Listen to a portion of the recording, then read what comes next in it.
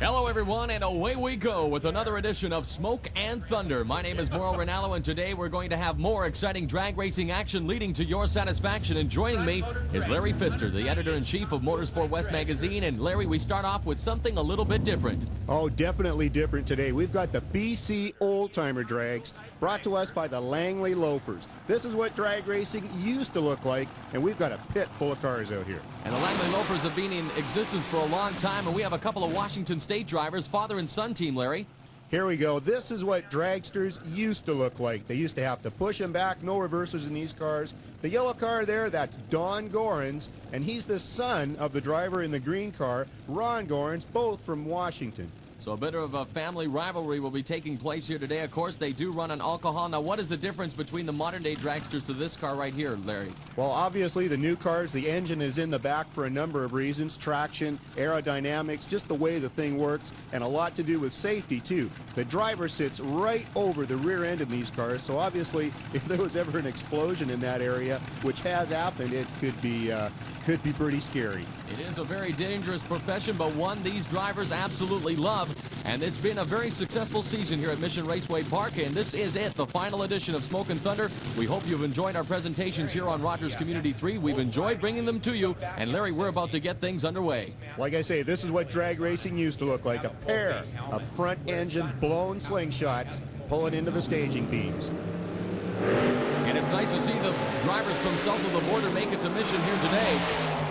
And it's Ron Gorans in the green car in the right lane, taking the win and running at 200 miles an hour. And of course, the chutes come out for safety to make sure they do stop before running into the dirt and gravel and forest here at beautiful Mission, BC.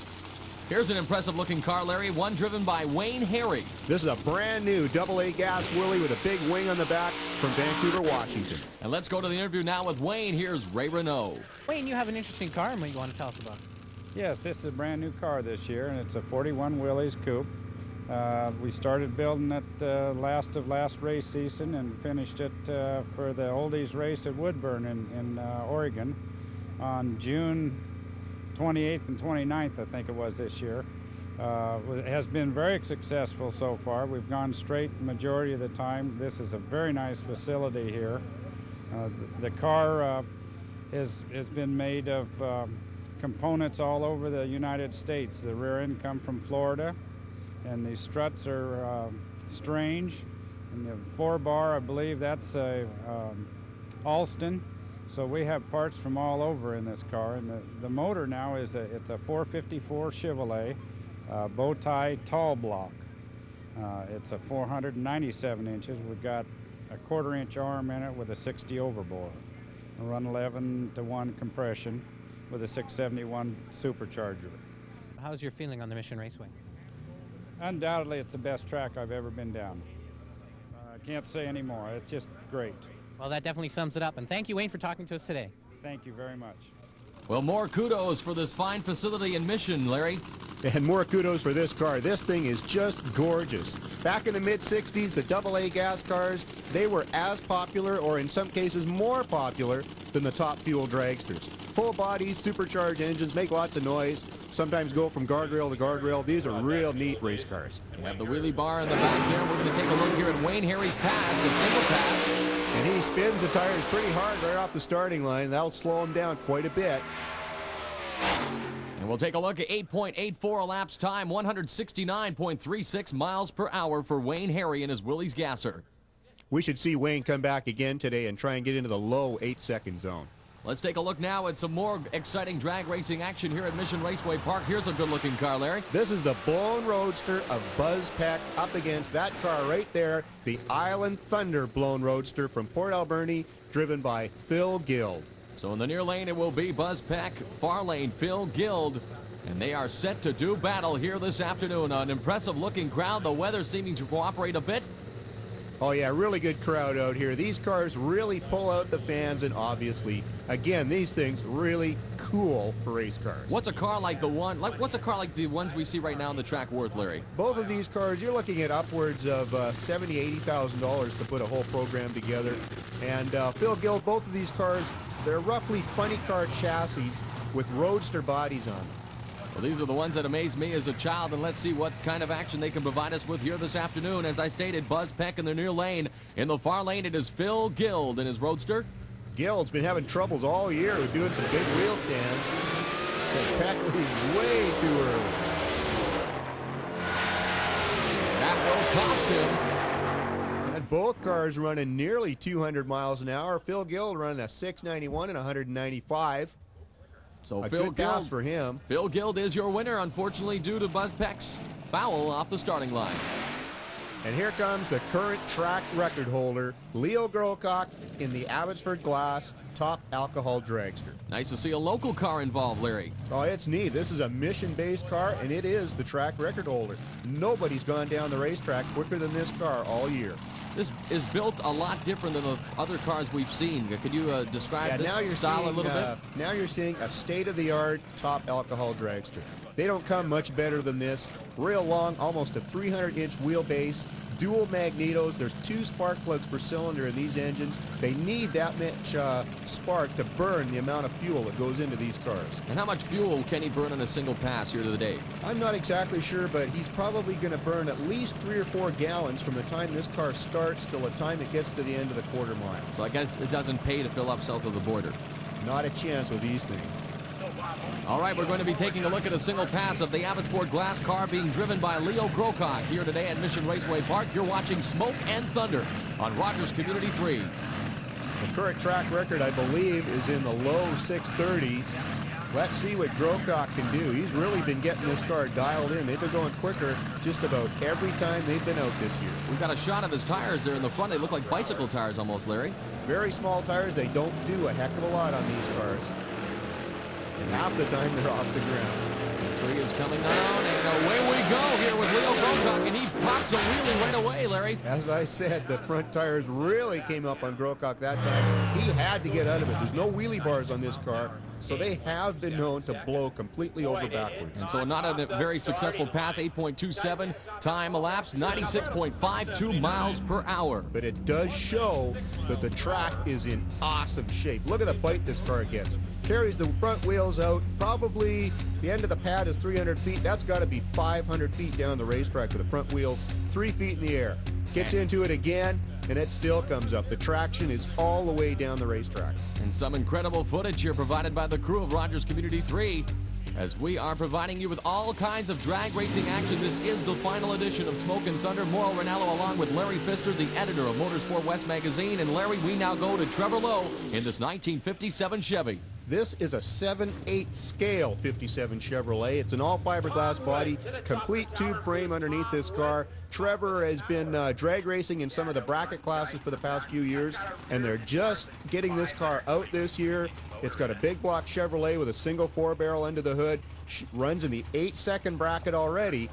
And you can see them coming out next year, maybe even with a blower on this thing to run in the 7s. There's a good look at Trevor Lowe. And Larry, these are exhibition cars. Now, do they get paid just to come up and show off their cars here at the track this afternoon?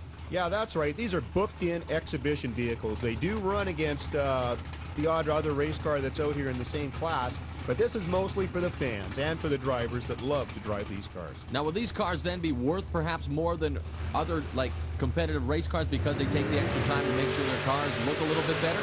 Oh, yeah, it's always, the more you spend to make them look good and go faster, it's going to cost you more bucks. This is a $50,000 plus car. $50,000 car with an 8.58 elapsed time, 157.89 miles per hour. A great run, considering he only does have a single 4-barrel. Let's now take a look at our next competition. Exhibition cars here. The near lane, Bob Davenport in the 72 Duster. And in the far lane, someone, Larry, I know you know very well, Joe Delahaye in the 72 Chev pickup. Oh, yeah, Joe Delahaye in this pickup. It's one of the all-time track favorites out here. I mean, he drove this truck to high school about 15 years ago, and now it's going 180 miles an hour. That would have probably earned him a detention if he would have done that in the school parking lot, don't you think, Larry? I think he probably did, or tried anyway.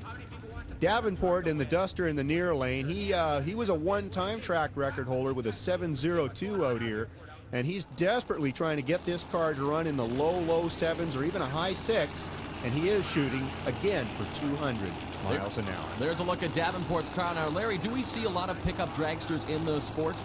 No, there's very few pickup trucks that are involved in the sport of drag racing, and there is zero that run quicker than this one. This is the quickest and fastest pickup truck in the history of drag racing. Well, there you go. Davenport's cars. We take a look at the engine sticking out up top the hood. He's in the near lane, far lane, Joe Delahaye. This could be a very competitive race, Larry. Davenport in a car that he built all himself. A lot of steel body parts on this car. A huge KB motor with a big blower on it. Under the hood, this car has got the potential to run with any of the Pro Mod cars. And they're waiting for the tree now to line up, and away they go. Oh, and Davenport almost spinning right off the top, but he still manages to keep control. Davenport all over the racetrack. Kept trying to get back into it, but there was just no traction there for the big yellow duster. A 9.35 elapsed time, 138.99 miles per hour, but Delahaye having some trouble there, Larry. Yeah, we're not sure what happened with Delahaye there, if he might have shut down because he saw Davenport starting to get really crossed up. And it takes some pretty decent driving to pull a car like that out of a maneuver like that. For a while there, Davenport reminded me of my driver's exam, but he managed to regain control. He managed to finish the pass. And unfortunately, we do not know what transpired with Joe Delahaye in that 72 Chev pickup. Okay, we just had a look at the world's quickest pickup. Now let's have a look at one of the world's quickest police cars. Here's Ray Renault with Vancouver police officer Terry McCarty. Now we're talking to a racer who actually has a very unusual profession for racing. Usually this type of profession, they're usually trying to stop people that go fast. But this gentleman actually likes to go very, very fast. And Terry, just tell us about your vehicle that you have. Well, the car before us right now is a replica. I'll say that as loosely, a replica of a 23 Ford Roadster. In reality, it's a funny car chassis and a funny car motor. In fact, it's basically a funny car from start to finish, with the exception that we use the old style Roadster body on it instead of the late model bodies as you see on the funny cars on television. And we do this simply because my partners, I have four partners, Colin McKay, Bob Richards, and Masahita, and the four of us have always liked the old cars. We like the cars that look like they're not supposed to go. The late model cars, you kind of assume they will. And we've always been that way. And actually, the reason why it's an unusual profession is because you work for the Vancouver City Police. Is that not true? That's correct. I'm a street officer, street cop in the skids in Vancouver. And not only do you race, but you also do some very positive things as well. You might explain that. Yes, well, you can see on the car that we have the logo of the Vancouver City Police on it, and I go to as many as we can accommodate, as many schools in the Vancouver area, mainly in the east side, community functions, parades, any kind of presentation where we can talk to kids. Because myself, the car we ran last year, which for what it was worth was the world's quickest A-gas supercharged 33 Willys, we crashed it at Ashcroft at about 175 miles an hour. And I'm here today solely because of the safety equipment that's required in NHRA style of racing. And so when I go to these different functions, I allow the kids to ask virtually any question they want. After 18 years in the east end of Vancouver, I can come up with a story for any question they want or any situation they want. And I can also talk to them seriously about safety on vehicles, because I have been through a horrendous accident and came out standing here today. Now, how did you get started in racing? Well, I've been racing cars off and on for at least 25 years now. In fact, one of my original partners, we raced an A-gas supercharged Willys 23 years ago, and then I got out of it and went into other forms of racing. And one of my original partners, or my original partner, is Masahita, and he's with us today in this new venture. And I was always interested in cars, and in those days she did some street racing, which was stupid, ignorant, dangerous, among other things. We didn't have a track. Mission Raceway's open, I believe it was in 1974, 75. I got involved in track racing and I've been with it ever since. And okay, getting back to the car, maybe explain the engine that you have on this car. All right, this specific engine is a brand new engine for us. We just, the two engine builders on our team, Masahita and Colin McKay, just finished putting it together. It's a 526 cubic inch Keith Black Hemi. Now, it's called a Keith Black Hemi because it's an all aluminum, built for racing only engine built by Keith Black Racing Engines in Southern California. And it's 526 cubic inches, which means it's got quite a stroker crank in it, a 7/8 arm, as they call it.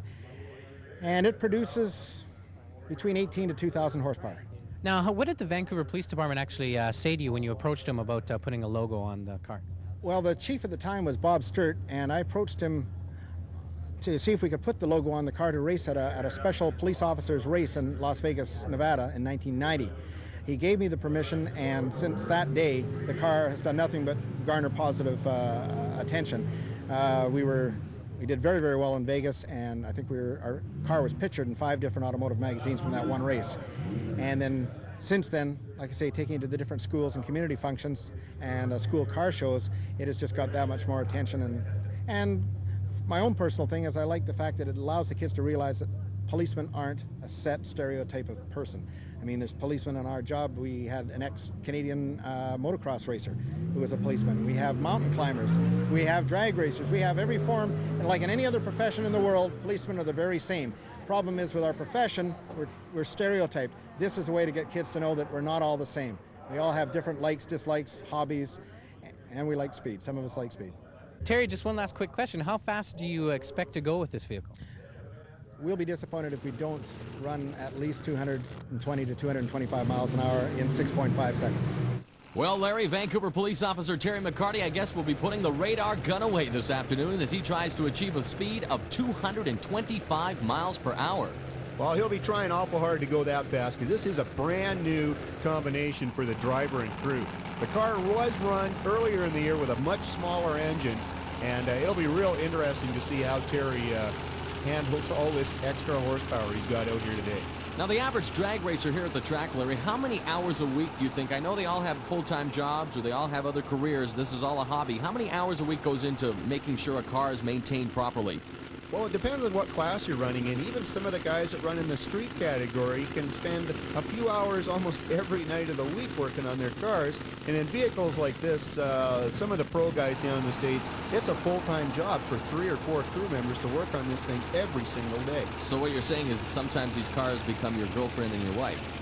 Yeah, the famous line around the drag racers is, hey, get a life, you know, get out of the drag strip and out of the garage. But, hey, they just love it. All right, we're about to see a single pass here, as we mentioned in the interview. Terry McCarty wanting to achieve a speed of over 220 miles an hour. Let's see what happens. Oh, and for a first-time pass for McCarty, this is outstanding. Those guys are going to be ecstatic. 6.71 elapsed time, 209.15 miles per hour for Terry McCarty. Well, Larry, so far we've seen some exciting drag racing action here at Mission Raceway Park, and we will return with more as you're watching Smoke and Thunder on Rogers Community 3.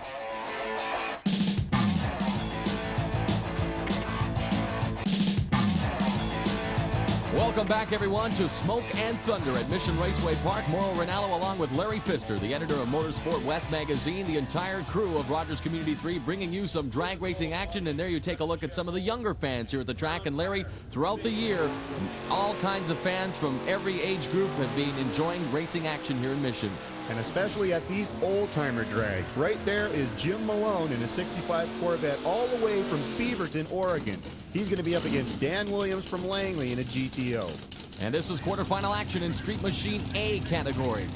So it'll be Malone in the near lane, Wilms in the far lane, and we're about to get set. Malone with a 934 dial in, Wilms with a 1034, exactly a second apart. And away they go in this quarterfinal action, Street Machine A category. There you see in the far lane, that is Dan Wilms. In the near lane in the Corvette is Jim Malone. And because they both broke out early there, Larry, the win will go to Jim Malone with an elapsed time of 9.332 seconds, 141.75 miles per hour. They both broke out, but the Corvette broke out the least. Okay, this is Brian Anderson from Abbotsford in his neat 67 Plymouth with a 440 under the hood. In the far lane, Glenn Ingledon of Surrey, BC in a 1969 Corvette. Ingledon in the Corvette Specialties Corvette. They're a big Corvette shop out in Surrey, and they're just starting to get into this drag racing stuff. Brian Anderson is on your left, Glenn Ingledon on your right. Street Machine A category quarterfinal action, Larry. And Ingledon draws a red light. He leaves a bit too early. Let's see how close to his 1138 dial-in Anderson can run. So it is Ingledon picking up the foul. Brian Anderson with a elapsed time of 11.481 seconds, 117.38 miles per hour. And this is going to be a single pass, Larry. Yeah, this is Al Cutting from Surrey in a 66 Chevelle. And as a matter of fact, these old-timer drags, they had the cutoff at 1969. You couldn't run anything at this race newer than 1969. And his dial-in index time is 11.49 seconds. As race fans know, you cannot go faster than that. And here goes Al Cutting trying to make it to the semifinals in Street Machine A category. And he does so with an elapsed time of 11.735 seconds, 113.55 miles per hour. Not bad, but he wanted to run a little bit closer to his dial-in. He was about 3/10 off there, so we'll see how well he does in the next round. There you see some of the crew. There you see more of the crew as they are enjoying themselves here this afternoon, Mission Raceway Park. This is our final edition of Smoke and Thunder for the 92 season. We hope you are enjoying it.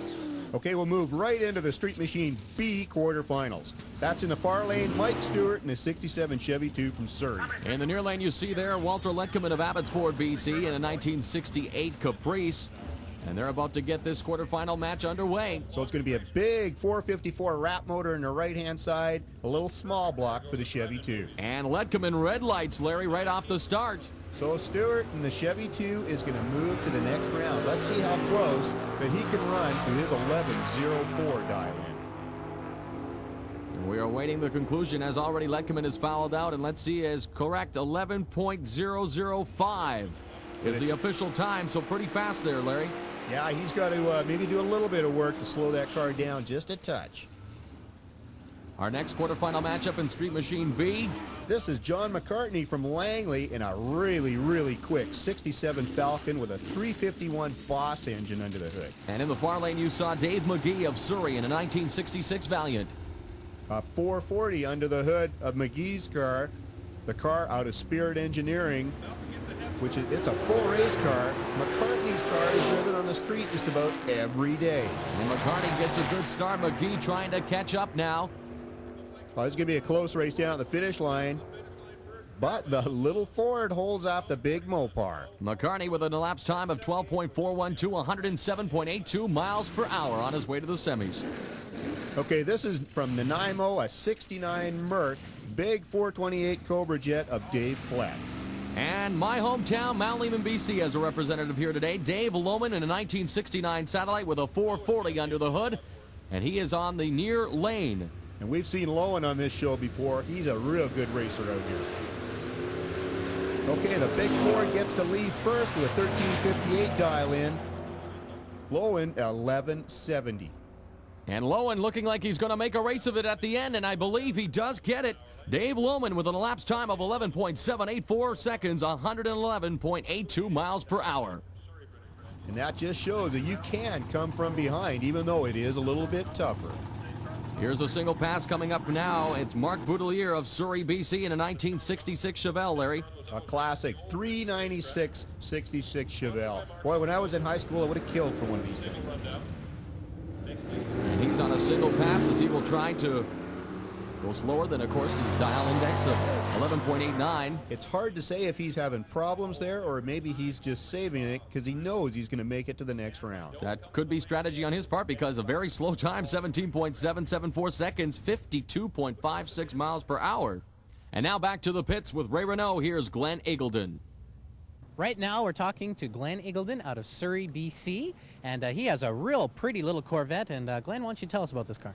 It's a 69 Corvette. It's owned by Corvette Specialties in Surrey.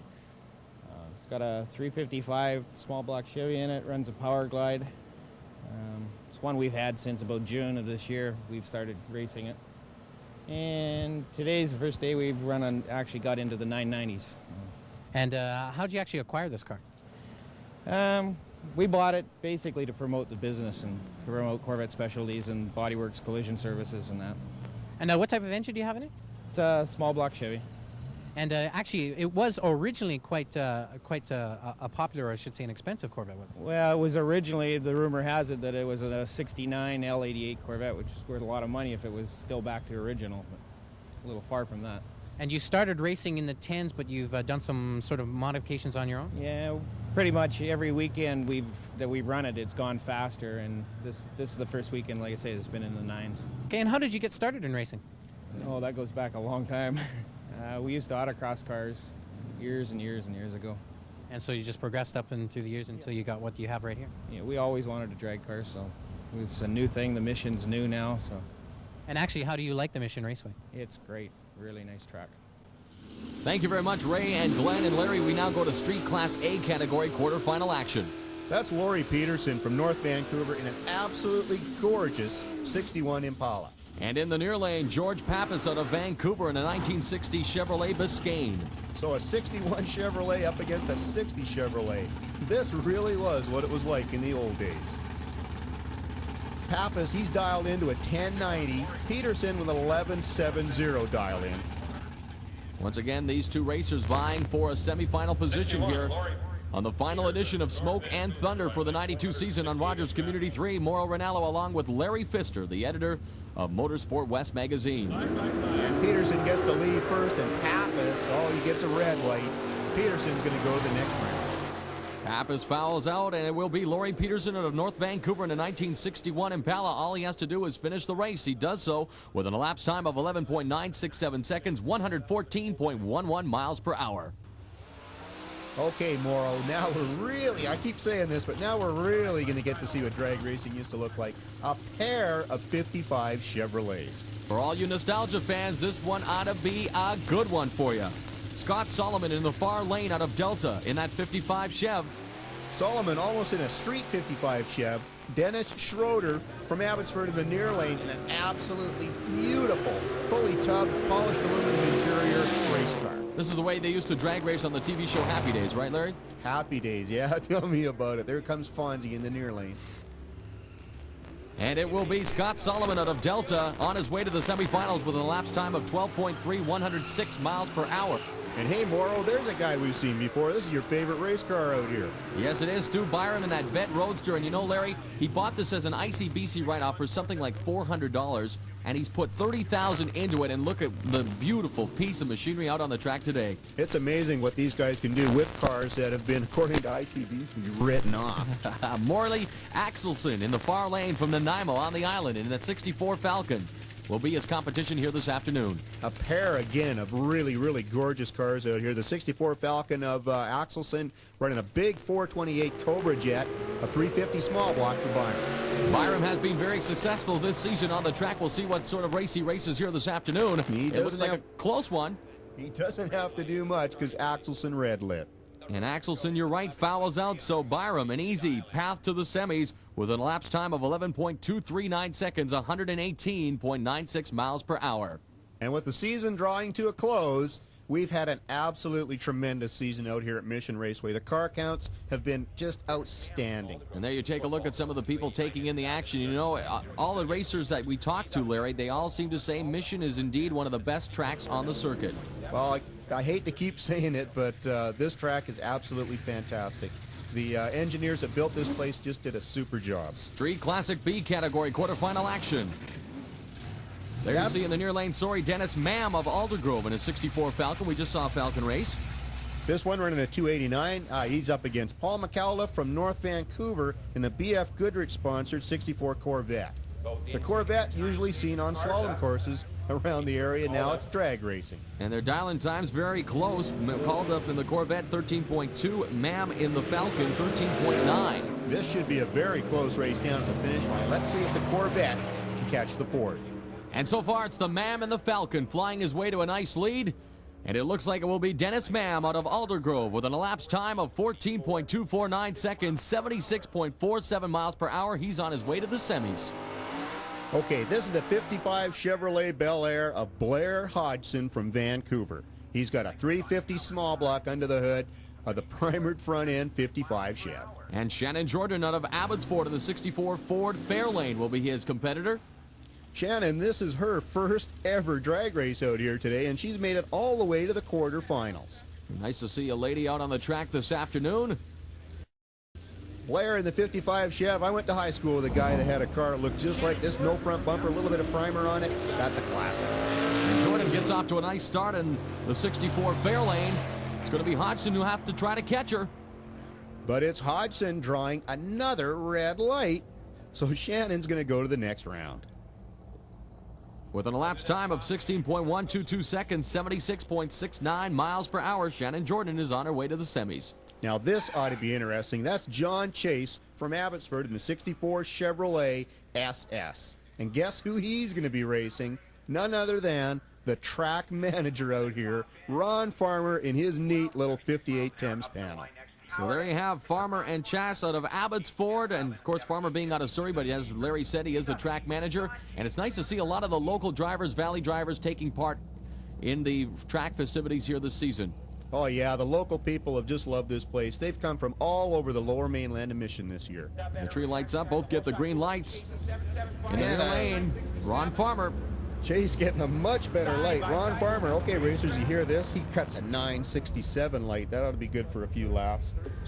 But hey, amazingly enough, the little panel is hanging in there. And unfortunately for John Chash, he does win it, but he goes faster than his dial-in time, so Farmer's on his way to the next round, Larry. Unbelievable. We now go to another single pass here in Street Classic B category. Carlos Nickel of Vancouver in a 1949 Mercury. Probably one of the most popular cars in history to be customized. They chop and slam these things. Morrow, I think you'd look pretty cool behind the wheel of that. How much is this car worth, Larry? That's a good question. A lot of these guys do the work themselves, and chopping the roofs of one of these things is a real art, let me tell you. A beautiful car indeed, and Larry has a dial-in of 16.00 seconds. Hey, he runs a 1590. That's okay on a single, and that's a neat pass for a lead sled. And that lead sled isn't dead as he's on his way to the semis. We now go to the Street Rod B category quarterfinal action. There you see Dan McKinnon in a 1937 Chevrolet Coupe. Oh, we're getting into the real hot rods now. McKinnon's going to be up against Jason McVicker from Vancouver in a 41 Ford. So it's going to be Ford against Chevrolet here. 1941 Ford, a 37 Chevy Coupe. And McVicker's on your left, McKinnon on the right. McVicker's got a real quick 13-15 dial-in. McKinnon's going to leave nearly 3 seconds ahead of him with a 16-23. And McKinnon does get that nice head start, but let's see what McVicker can do out of Vancouver in the 41 Ford. Beautiful Chevrolet and McKinnon. Here comes the Ford. And it looks like McVicker will do it. Oh, he runs exactly on his dial-in. A perfect run, another 13-15. Can't cut it much closer than that, Larry. Okay, our next round up here, that's Darren Camp from Coquitlam in a neat little 28 Ford pickup truck. And in the near lane out of Vancouver, BC, there you see it, Bob Larson in a 1932 Ford Coupe. So it is indeed nostalgia day here at Mission Raceway Park. The 32 Ford Coupe, one of the all-time most popular things for cars to make into a street rod. These things are just gorgeous. A dial-in time for Larson of 13.08. Camp's got a 14.4. A couple of pretty quick hot rods out here at Mission Raceway. And they are off. Quarterfinal action, Street Rod B category. Oh, not a very good light for Camp at 997. Larson, if he even gets close to his dial-in, should be able to take this one. Larson is in the near lane. There you see him going across the finish line with an elapsed time of 13.266 seconds, 92.52 miles per hour. Okay, there's an interesting looking car, a 1939 Willys that belongs to Wayne Gillette from Vancouver. And in the far lane, Jerry Coward out of Langley in a 1934 Chevrolet. Nice looking vehicle. Oh yeah, Coward Chevrolet running a 1330 dial in another real quick hot rod. These vehicles, Larry, remind me of the movie Bonnie and Clyde. I don't know what it is. Bonnie and Clyde, yeah, some of these cars out here actually do have bullet holes in them too, believe it or not. I've seen a few. I think it's a girlfriend or wives probably shooting at them for spending so much time on the vehicles and not enough time on them. And Coward takes the win, running a real good 1343 on his 1330 dial-in. Here with another pit interview is Ray Renault. So right now we're talking to Howard Morera, and Howard's got a very interesting vehicle. Howard, tell us about this car.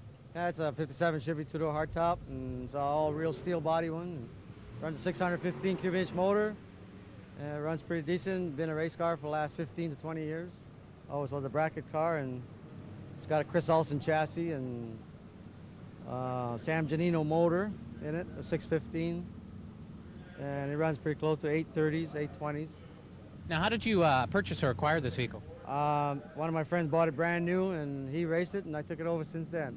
Brand new, as in he bought it back when? Back in '57, right. And like I said, it always was mostly a race car, and that's what it is. Well, it's a very beautiful vehicle. How did you actually get started in racing? Well, from way back when I was little, 8 years old, I was racing from old 1936 Fords on up. And what modifications have you done to this car? We put a new Alston chassis under it, and put a funny car cage and with a bigger motor, and see how good it runs now, you know. And you plan on going how fast? We like to get it at 790s for an all-steel car. Well, Howard, good luck, and I hope you make the 790s. Okay, thank you. And thank you very much, Ray and Howard. Ray Renault doing a good job in the pits, interviewing some of the drivers here this afternoon at Mission Raceway Park. And Larry, we take a look right now once again at a local driver, Leo Grocock. He's ready to rock with another single pass. And that guy jumping over the fence right there is Bob Hafner. He's the owner of this car, and obviously after that last pass, with the wheels coming way up, they probably would have taken this thing back to the pits and taken some clutch out of it, which means that they'd soften the clutch up so that it wouldn't come in quite as hard. Try to make the clutch actually slide a little bit and spin so that the car doesn't bite real hard as soon as he hits the throttle. Now, who designed this car here that we're taking a look at, Larry? I'm not exactly sure who built this car, but they're all basically the same. There's a few different changes in how they weld this thing together, where they put the body struts and things like that. But they're all basically the same. Very, very similar cars. When talking dollar figures, what are we looking at? Oh gosh, the engine in this thing could be worth 40 grand. Who knows what the whole operation is worth. So really, without sponsorship support, a lot of these drivers probably wouldn't be able to do what they want to do. Oh yeah, they need a lot of help from sponsors. That's why you see so many names on the big cars, because a big top fuel dragster is a minimum $1 million investment for one season of racing. So it pays to be a good salesman if you want to be successful in drag racing. Exactly. Okay, Leo Grocock, he gets most of his visor down there. Let's see what this car is going to do on this pass. What is his ultimate goal right now, you think, Larry, in this pass? Oh, he's trying to set another track record. You can bet he's trying to run in the 620s at upwards of 210, 215 on this one. Well, this is what the fans, young and old, come to see. Action like what we're about to see right now. Leo Grocock out of Abbotsford, BC.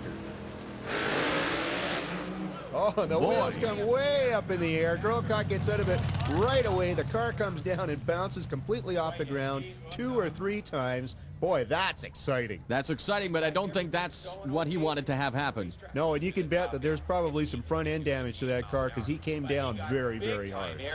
So Leo Grocock, on an attempt to set another track record, doesn't do it this time, but I'm sure we haven't seen the last of Mr. Grocock. The traction here at Mission, just outstanding. They pull some clutch out of it. The car brings the wheels up at least 4 feet, comes down to the racetrack real hard, and watch this thing bounce. Wow.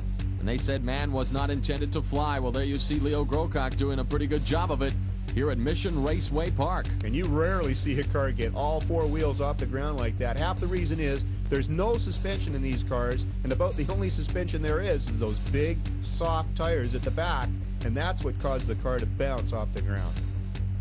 So Leo Grocock in that Abbotsford Glass top alcohol dragster, not very successful on this pass, and there you see him getting out of his car. And please don't go anywhere, because we will return with more exciting drag racing action. You're watching Smoke and Thunder on Rogers Community 3.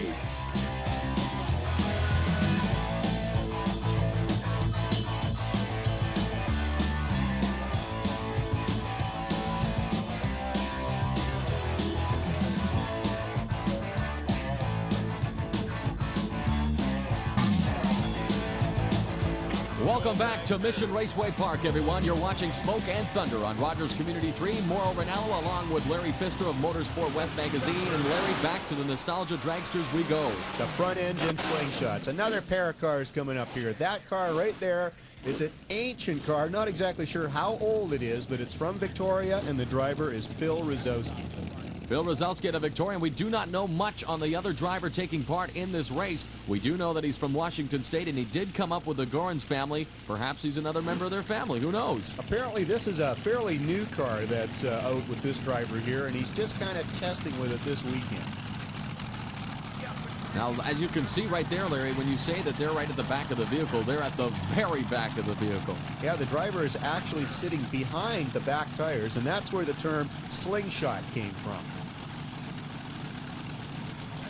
And there we see last-minute preparations as both these drivers want to put on a show for the many fans here at Mission Raceway Park this afternoon. Rosowski getting his goggles cleaned off there, because there is a lot of oil and junk that does spew out of the back of these engines, because they are producing a lot of horsepower. These cars running on alcohol. It's going to be a big 392 Hemi, all-steel motor in the near lane. Rosowski's running a small block Chevrolet, so undoubtedly the car that should be quicker is the one in the near lane. And we're about to get things underway here, Larry. Both racers getting off to a pretty good start. Rosowski out to a big lead, but here comes the Hemi. And the driver from Washington State taking over and winning with an elapsed time of 8.11, 191.77 miles per hour. A great mile an hour for what we understand is a fairly new driver in a new car. And the chute comes out for safety purposes, of course, as you take a look at the beautiful green scenery surrounding Mission Raceway Park. What a perfect place to build a racetrack. Oh, this is a gorgeous sight right on the banks of the Fraser River here. And now we're going to see Ron Gorans up against his son, Don, one more time. So some more of the sibling rivalry taking place here at Mission Raceway Park.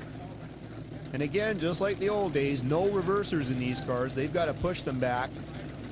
And going back even farther, there was a time when these cars used to have to push down to the finish line and then push back to the starting line to be started because there were no starters in these cars. But due to the time factor more than anything else, they have put starters in these cars, but not reversers. On these health-conscious 90s, Larry, there's some good exercise for you then, pushing those cars back. And amazingly enough, people would think these cars only weigh, less than 2,000 pounds, but with the big, sticky tires, they're not as easy to push as what you'd think. And there you take a look at Ron Gorans in the green car, his son Don in the yellow one. Ron, the green car here, this is a former Top Fuel dragster, and Ron used to run it in California and all up and down the West Coast, and it went close to 220 miles an hour back in about 1969. So what you're saying, are any of these cars competitively active today? These are all exhibition cars today. And looks like the son's going to get there first. Pretty good drag race. Oh, Gorans, the dad, runs 202 miles an hour. Wow. Incredible speed on the part of Ron Gorans in that green dragster. And there you take a look at them at the finish line. So a good race between the Gorans, father and son. And here's back again is Joe Delahaye in his 72 Chevy pickup. The Century Oils Ocean Park RV sponsored world's fastest pickup truck. And there's a nice looking car, a 57 Chevy. Trevor Lowe. And Lowe's going to lay down some big smoke here. Look at this car bake the tires. We don't call the show Smoke and Thunder for nothing. Delahaye opening the door, letting some of that smoke out so he can see by the time he gets back to the starting line. A huge big block Chevrolet under the hood of Delahaye's truck, and probably about 400 horse nitrous system. And that's his very attractive wife, Wanda, helping him out here in the pits. Backing him up into the tracks, Delahaye, again, the world's fastest pickup. And believe it or not, he's going to come back with a new one in 1993. He wants to be the first 6-second, 200-mile-an-hour pickup. There's Trevor Lowe trying to achieve a position in high places in that 1957 Chevy. Trevor Lowe's 57 Chevrolet. You get a close look at this thing. All the front end work, the grill, the bumper, the lights, that's all painted on that car. It's really gorgeous. He gets a nice head start. Yeah, it looks like Delahaye having problems shutting down on the line.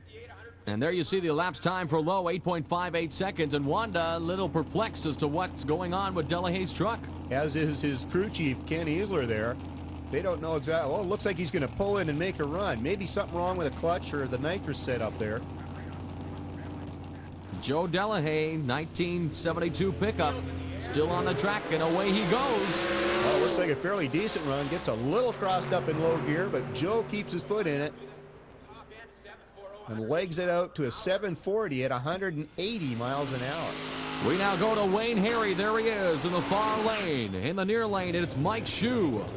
Mike Shuey in the old-timer Barracuda, blown and injected big block Keith Black engine in the Bill Visser-owned Barracuda. There's Mike Shuey as you take a look at his door still open. He'll be shutting that in a couple of seconds here as he prepares himself to do battle with Wayne Harry, who we took a look at earlier on in this show. The 41 Willys of Harry up against a 68 Barracuda. Now, this is a matchup you won't see every day. And they're about set to get started here, Mission Raceway Park. There's a look at the engine in Shuey's car. Actually, Shuey has run in the 7-second zone with this, so he should be the one to beat, with the Willys still trying to run in the low 8s. Shuey on the left, Harry on the right, both of them ready to do might, and away they go. Oh, Harry gets a good lead. Shuey's got to catch him. But it doesn't look like he's going to do it because the Willys is out in front. Runs a great 8:14. And his starting line advantage gave him the win because Shuey ran a 7:95. We hope you're enjoying this edition of Smoke and Thunder on Rogers Community 3. Now down to the pits. Here's Ray Renault with Buzz Peck. Okay, right now we're talking to Buzz Peck from Vancouver, Washington. And Buzz, tell us about your car. Okay, we'll start at the front of it. It's got a race pack computer in the front of it, and as we come back, it goes to the air bottles are right in it. That's what shifts the car. We got a 540-inch KB Chevrolet in it with a Mooningham 14 on top of it. We got a converter, and we got a 2-speed Lenco, and we got a Ford rear end with 456s in it on a 34-inch tire. So what would you call this type of a car? It would be a blown altered. And out of the reason we came to nostalgia races, out of the early or late 50s and early 60s, these cars campaigned up and down the coast, and they had wings on them, and they were real ill-handling cars. Everybody used to move back on about 4 or 5 rows to watch them. I don't know if it was for the miss the cars or the pieces, one or the other. Now, tell us how actually you acquired this car. This car was built at Brad Hadman's shop, and all the tinware was done at Jerry Hill's in Newburgh, Oregon. We had it built just basically for us. Now, you just recently done a pass, and it was actually a very important pass to you. Tell us why. Yeah, well, our first 6 was here at Mission Raceways, and we've been trying all year to do that. And the reason we had some black tape through our number there, and we lost a real good friend of mine, just like a brother, in a wreck a year ago last June, and we put that black tape on our number, and we said we wouldn't take it off till we run a 6. And the black tape now is at the end of Mission Raceways.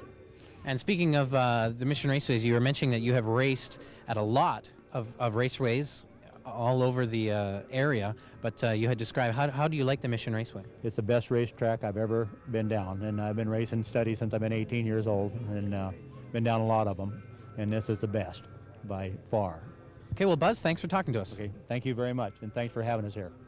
Well, thank you for showing up here, Buzz. And there he is in his blown, altered vehicle there, Larry. A real unique roadster. I'm not exactly sure what the nose of this thing is supposed to be, but it definitely is very unique. And he's taking on Trevor Lowe once again, the man who's been smoking everyone out here this afternoon. Trevor Lowe, he's had some really good early season success with his car. Considering he's only been out a few times, he's really getting a good handle on driving this brand new 57 Chevy. Well, as we've been speaking about throughout the show today, Larry, this is the final edition of Smoke and Thunder for this year. Now, the track will start up again next season. What time of the year? 1 week after the Vancouver Motorsport Show, and that's the 3rd weekend in March, 1993. Okay, Lowe is on your left. Peck is on your right. They are ready to do battle. Lowe's going to have his hands full here, running up against the big, blown 6-second roadster. And he'll give it his best. Oh, and Peck gets off to a nice start. The roadster blasts through the top end, timing traps. And he breezes his way to victory with an elapsed time of 6.79 seconds, 196.42 miles per hour. And I believe that's about the quickest that roadster has ever run. And back comes the Vancouver police officer, Terry McCarty. We saw him earlier in the show. There's a number of police officers all up and down the West Coast that run cars sort of similar to this, blown cars, and they often get together to have I don't know if they call it the Police Nationals or something in Las Vegas, I believe, at the end of each season. I'm surprised some of the freeway patrol cars aren't on the track. These things are very, very fast from what I've seen. Not that I've ever been chased by one or anything. I'd love to see maybe one of the RCMP Camaros and an RCMP Mustang have a match race out here. How about it, guys? That'd be a challenge to put forth to the police officers in the vicinity. Well, the fans would just love it. It'd be Ford against Chevrolet, and I don't know, who do you think would win? No comment at this time. Okay, McCarty backing up into his tracks. Masakita going out there doing some last-minute touch-ups on the car. Again, this is a brand new roadster. This is a state-of-the-art roadster. And it's a beautiful-looking car, really it is, and I know a lot of work and time has gone into it. And you know, we talked about this earlier, Larry, the many hours put into drag racing. Now, really, if for any other sport, this is for the love of the hobby, the love of the sport, because how much money can these drivers make on an average weekend, let's say, mission? Not anywhere near what it costs him to run here. And McCarty getting really crossed up, goes over the center line. And if you really want to get into it, these guys spend hours every week to what amounts to, you know, with a 6-second car that runs 3 or 4 times a weekend for less than a minute of actual racing. And not a very good pass here for Terry McCarty.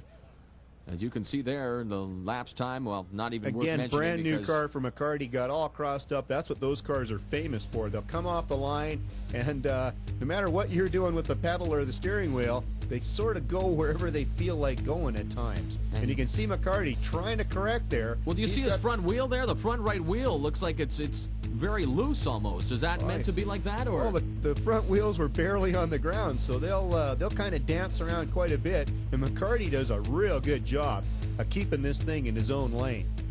And I understand, Larry, that he was involved in a drag racing accident last year? Yes, unfortunately, McCarty has got first-hand experience as to what happens when something goes real wrong with one of these cars. And he's standing by right now to talk about drag racing safety. As bad luck would have it, we got air underneath the car, lifted the car at the top end of the track, and the car hit a concrete retaining wall or guardrail at about 175 miles an hour. And I'm here to talk about it today strictly because of the safety requirements and equipment that we use on NHRA-style race cars. There's lots of things that we wear. We have to have special gloves and boots and face socks, whatnot. But I've got the two items right now that probably did more to keep me out of a bed for the rest of my life, and that is the helmet and what we refer to as the horse collar. Now, this in itself is very simple. There's not much to it, but when worn around the neck and you're knocked unconscious, as the case may be, or just sheer force is throwing you around, I've not got it on as tight as I should have for the demonstration, but your head is kept in an area of here. You're not thrown way over, and at the speeds and at the wall that I hit, there's no doubt that without this on, I would have been a paraplegic or quadriplegic today. The helmet these helmets are far superior to, I shouldn't say far superior, but definitely superior to a motorcycle helmet. I would suggest if anybody is really interested in safety, buy an automotive helmet over a motorcycle helmet when they're buying their next helmet. There are much stronger requirements and stiffer requirements in the building of these helmets. On the accident that I had, we figure my neck must have stretched a good 6 inches, 7 inches during the tumbling, because we were hitting sections of the roll cage that, like I say, were a good 7, 8 inches away from my head. And it put big gouges and divots in the helmet. So again, I'm very glad I had it on.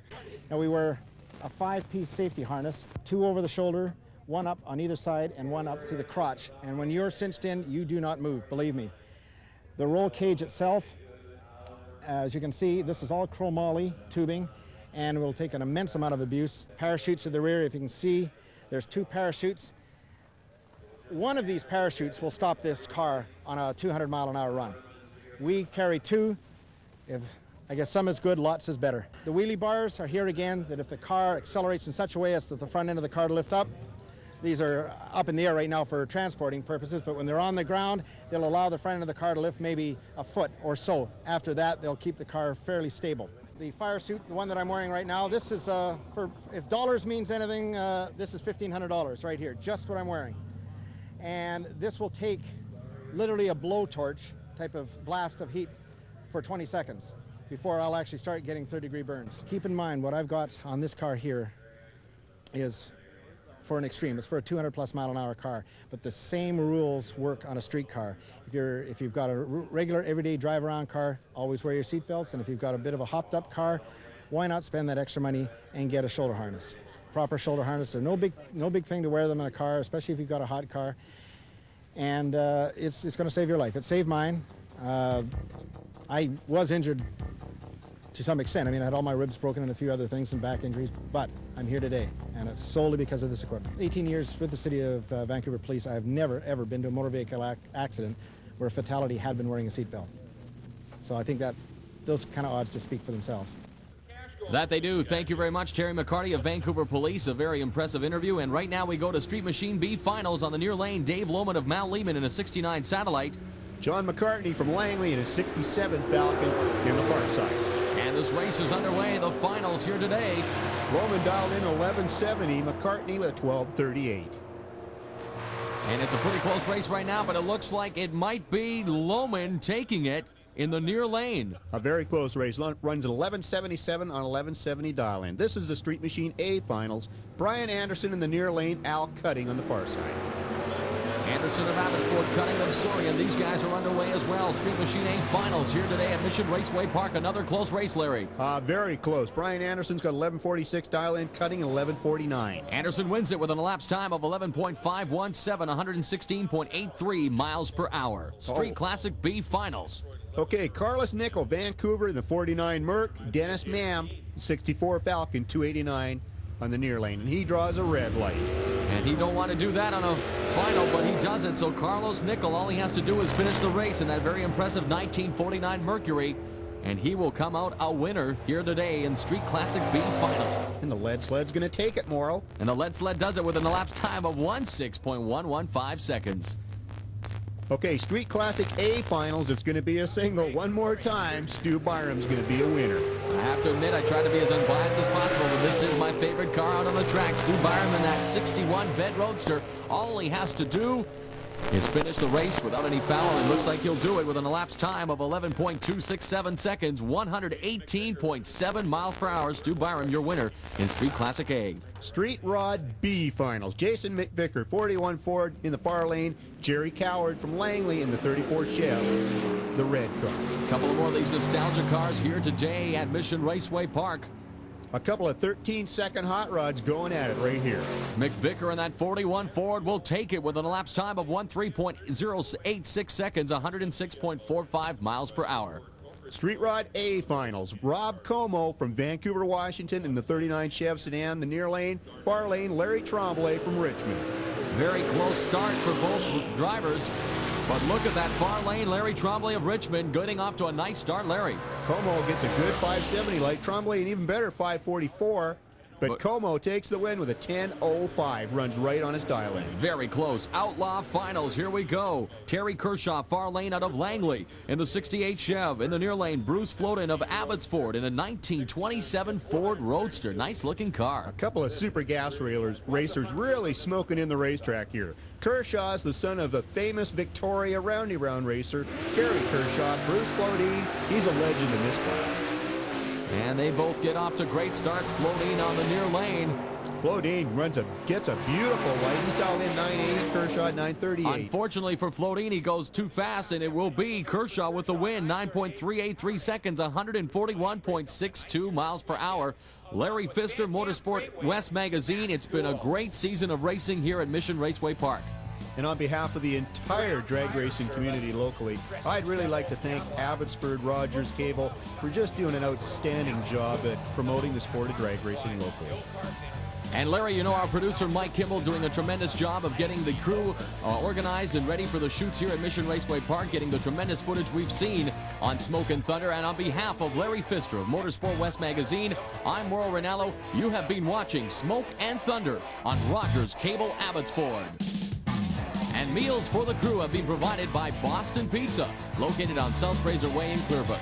Boston Pizza, we're not just pizza anymore.